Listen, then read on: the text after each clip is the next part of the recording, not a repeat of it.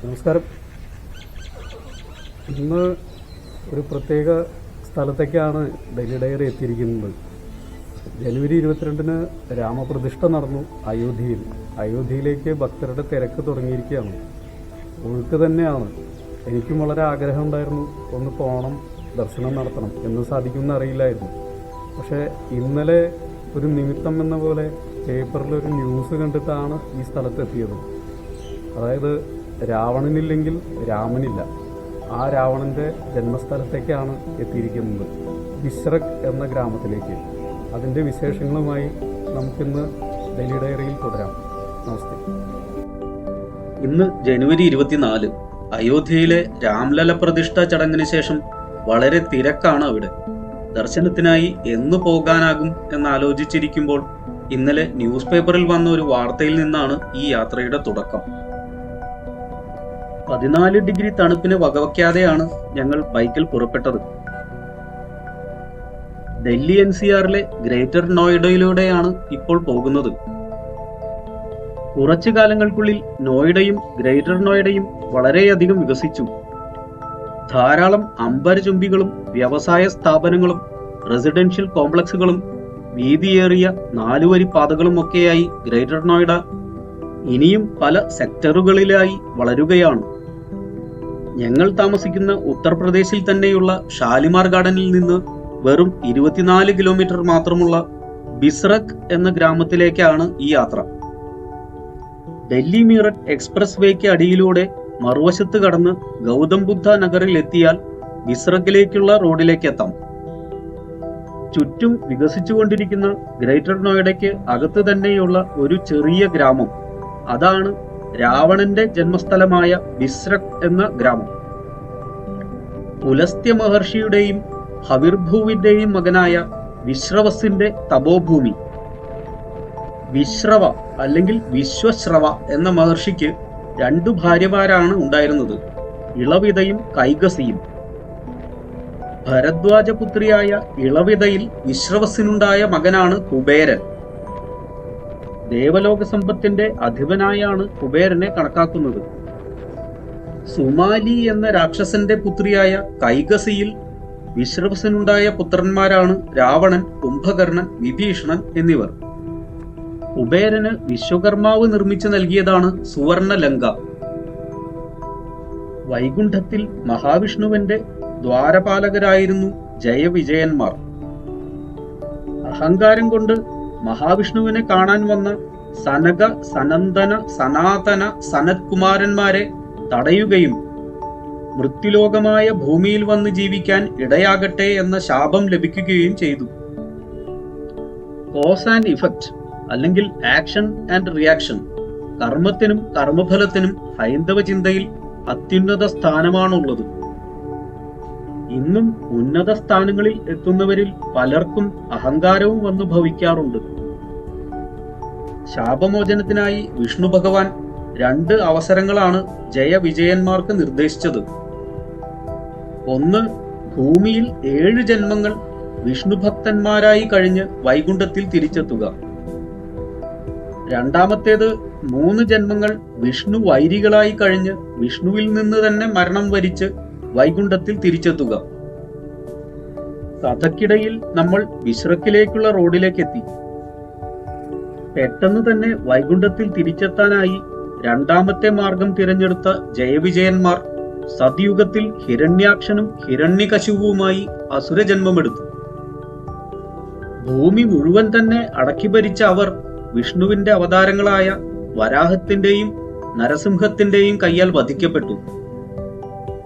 യുഗപ്രഭാവത്താൽ ത്രേതായുഗത്തിൽ ശക്തി കുറഞ്ഞ് രാക്ഷസരായി രാവണനും കുംഭകർണനുമായി ജന്മമെടുത്തു. അവർ രാമാവതാരത്തിനാൽ വധിക്കപ്പെട്ടു.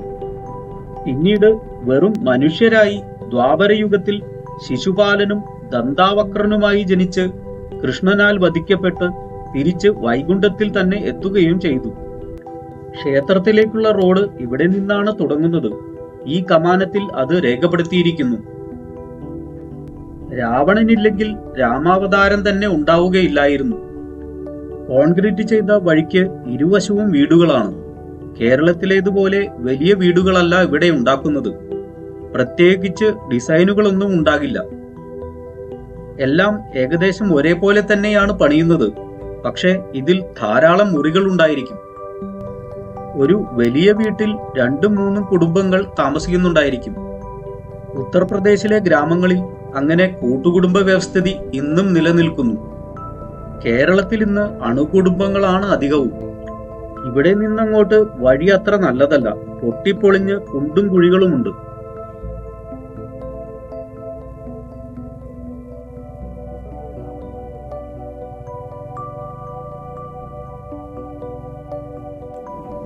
ഇതാണ് അന്വേഷിച്ചെത്തിയ ശിവക്ഷേത്രം. രാവണൻ ജനിച്ചു വളർന്ന സ്ഥലം. വിശ്രവ എന്ന രാവണന്റെ അച്ഛന്റെ പേരിൽ നിന്നുണ്ടായ വിശ്രക് എന്ന സ്ഥലം. 1 ഏക്കറോളം വരുന്നതാണ് ക്ഷേത്രാങ്കണം. രാവണ ജീവിതത്തിലെ മുഹൂർത്തങ്ങൾ ചിത്രീകരിക്കുന്ന ക്ഷേത്രമതിൽ. ദശാനന രാവണൻ. ശിരസറുത്ത് ശിവലിംഗത്തിൽ സമർപ്പിക്കുന്ന രാവണൻ. തൊട്ടടുത്ത് തന്റെ അച്ഛനായ വൈശ്രവണന്റെയും കൈകസിയുടെയും രൂപങ്ങൾ. അപ്പുറത്ത് പുലസ്ത്യൻ. ക്ഷേത്ര കവാടത്തിനു മുകളിൽ ഗണപതി. വശങ്ങളിൽ ദ്വാരപാലകരായി രാക്ഷസന്മാർ. ക്ഷേത്ര കവാടത്തിലെ മണിമുഴക്കിയാണ് ഭക്തർ അകത്ത് പ്രവേശിക്കുന്നത്. മാർബിൾ പാകിയ മുറ്റമാണ് ക്ഷേത്രമതിലിനകത്ത്. ഹോമകുണ്ടത്തിൽ ദിവസവും ഹോമം നടക്കുന്നു. ക്ഷേത്രത്തിന്റെ അടുത്തുള്ള ഗേറ്റിലൂടെ താഴേക്ക് പടികളുണ്ട്. ഇതിലൂടെ താഴെ നിന്നും ഒരു തുരങ്കം 14 കിലോമീറ്റർ ദൂരെയുള്ള മറ്റൊരു ക്ഷേത്രത്തിലേക്ക് ഉണ്ടായിരുന്നുവത്രേ. രാവണന്റെ അച്ഛനായ വിശ്രവസും രാവണനും ആ ശിവക്ഷേത്രത്തിൽ പൂജയ്ക്കായി തുരങ്കത്തിലൂടെ പോയിരുന്നു എന്ന് കരുതപ്പെടുന്നു. ഇന്ന് തുരങ്കം മണ്ണിടിഞ്ഞ് അടഞ്ഞുപോയിരിക്കുന്നു. മതിലിനകവശത്തും ദേവീദേവന്മാരുടെ രൂപങ്ങൾ ഉണ്ടാക്കി വെച്ചിട്ടുണ്ട്. രാവണന്റെ ഇഷ്ടദേവനായ പരമശിവന്റെയും പാർവതിയുടെയും വിവാഹവും മുരുകന്റെയും ഗണപതിയുടെയും രൂപങ്ങളും ചിത്രീകരിച്ചിരിക്കുന്നു.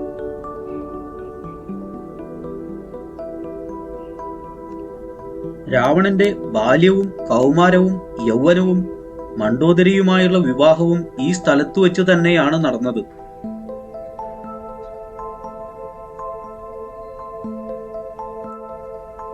താന്ത്രികനും വിവാദ പുരുഷനുമായിരുന്ന ചന്ദ്രസ്വാമി ഇവിടെ ഖനനം നടത്തി അപൂർവമായ ശംഖും മറ്റു ചിലതും കൊണ്ടുപോയിരുന്നു എന്നാണ് ഇവിടുത്തുകാർ പറയുന്നത്.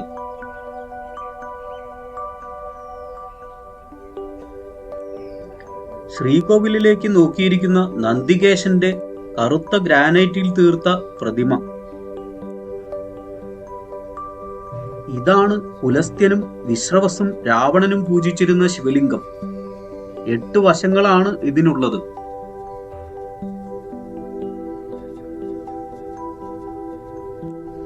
മണ്ണിനടിയിലേക്ക് ഈ ശിവലിംഗത്തിന് വളരെ ആഴത്തിലാണ് അടിത്തറയുള്ളത് എന്ന് പറയപ്പെടുന്നു.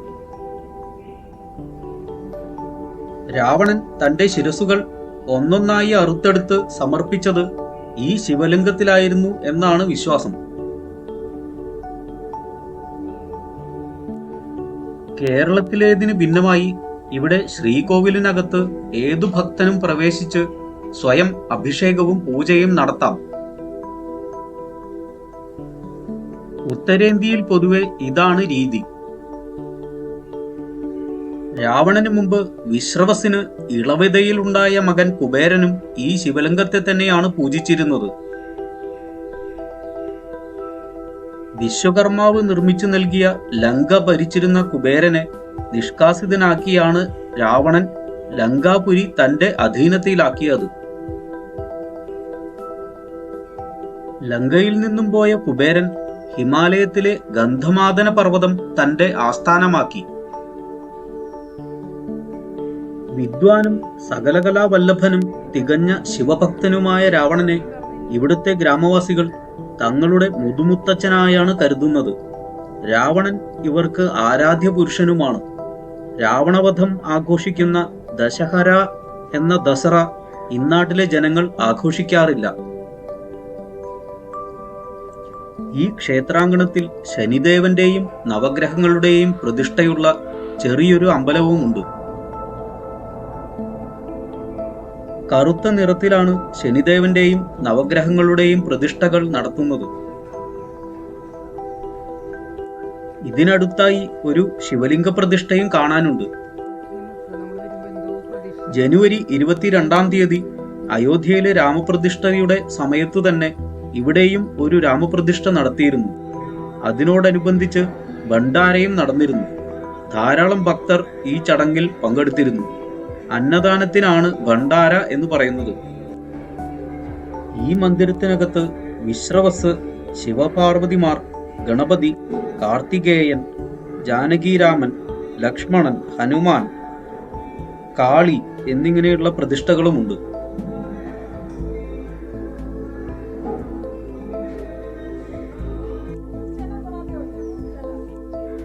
ഈ ക്ഷേത്രാങ്കണത്തിന് തൊട്ടടുത്ത് മറ്റൊരു ക്ഷേത്രം പുതുതായി നിർമ്മിച്ചിട്ടുണ്ട്.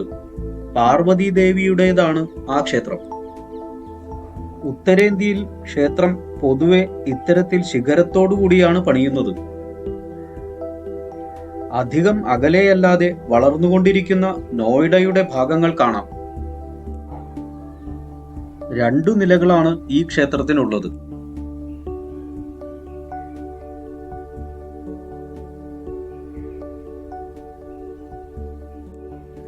ശ്രീകോവിലിൽ പാർവതി ദേവിയുടെ മാർബിളിലുള്ള സുന്ദരമായ രൂപം.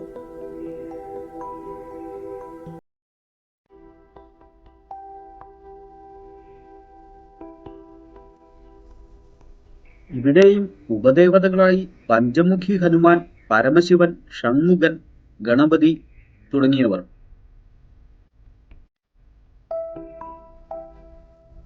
പുറത്തിറങ്ങി തിരിച്ചു പോരുമ്പോൾ നേരത്തെ കണ്ട ഒരു ഗ്രാമീണ ഭവനം കണ്ടാണ് വന്നിരിക്കുന്നത്.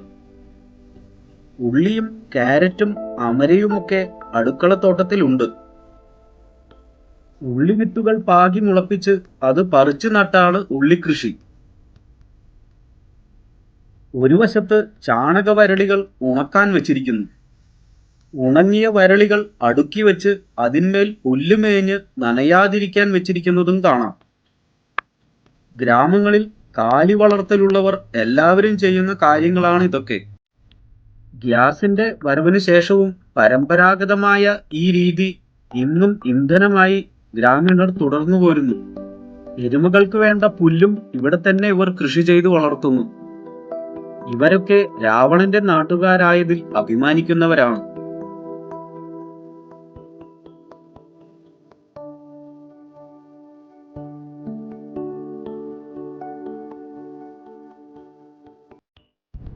ഗ്രാമത്തിലെ നിശബ്ദ അന്തരീക്ഷത്തിൽ നിന്ന് നഗരത്തിന്റെ തിരക്കിലേക്ക് തിരിച്ചു വരുമ്പോൾ വഴിയോരങ്ങളിൽ പല കച്ചവടക്കാരെയും കാണാം. പൊടികൾ, ചവിട്ടികൾ, പരവതാനികൾ, അങ്ങനെ പലതരം സാധനങ്ങൾ വിൽക്കുന്നവർ. ഉച്ച കഴിഞ്ഞിട്ടും മഞ്ഞിനും തണുപ്പിനും വലിയ കുറവില്ല. ഒരു കാലത്ത് കൃഷിസ്ഥലമായിരുന്നു ഈ പ്രദേശവും. പിന്നീട് സിറ്റി എക്സ്പാൻഷന്റെ ഭാഗമായി ഹൈവേക്ക് സമീപമായി പ്രൈവറ്റ് ബിൽഡേഴ്സിന് സ്ഥലം വാങ്ങാനുള്ള അവസരം UP ഗവൺമെന്റ് നൽകിയതിനു ശേഷമാണ് ഇങ്ങനെ മാറ്റത്തിന് വിധേയമായത്. നോയിഡ ഇന്റർനാഷണൽ എയർപോർട്ടിന്റെ പണികൾ നടന്നുകൊണ്ടിരിക്കുന്നു. ജവാർ എയർപോർട്ട് എന്നാണ് ഗൗതം ബുദ്ധ നഗർ ഡിസ്ട്രിക്റ്റിലെ ഈ എയർപോർട്ടിന്റെ ഇപ്പോഴത്തെ പേര്.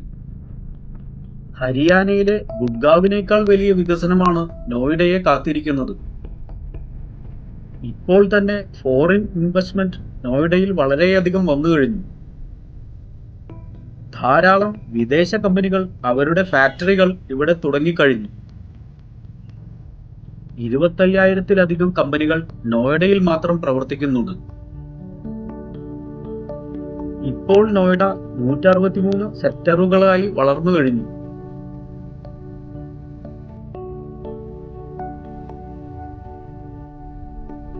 ഇപ്പോൾ ഗ്രേറ്റർ നോയിഡ കഴിഞ്ഞ് നോയിഡയിലേക്ക് പ്രവേശിക്കുകയാണ്. നോയിഡയിലെ ചില ഭാഗങ്ങൾ അല്പം കൺജസ്റ്റഡ് ആണ്. മാർക്കറ്റ് ഏരിയയ്ക്ക് അരികിലൂടെയാണ് ഇപ്പോൾ പോകുന്നത്. ചെറിയ ഫാക്ടറികളുടെ പുറകുവശത്തായി ഒരു കൃഷിസ്ഥലം കണ്ടാണ് നിർത്തിയത്. ഫാക്ടറികളുടെ ചുറ്റുമായി താമസിക്കുന്ന തൊഴിലാളികൾ ചെയ്യുന്ന പച്ചക്കറി കൃഷിയാണിത്. പാലക് എന്നറിയപ്പെടുന്ന ഒരു തരം ചീരയാണിത്. അരിഞ്ഞെടുത്ത ഈ ഇലകൾ തുണികളിൽ കെട്ടി ചന്തയിലെത്തിച്ച് അധിക വരുമാനം കണ്ടെത്തുന്നു. വളരെ അധ്വാനശീലരാണ് യുപിയിലെ ആളുകൾ. കുറച്ച് ദൂരെയുള്ള ചില സ്ഥലങ്ങളിലേക്കാണ് അടുത്ത യാത്ര. ആ വിശേഷങ്ങളുമായി വീണ്ടും കണ്ടുമുട്ടാം. നമസ്കാരം.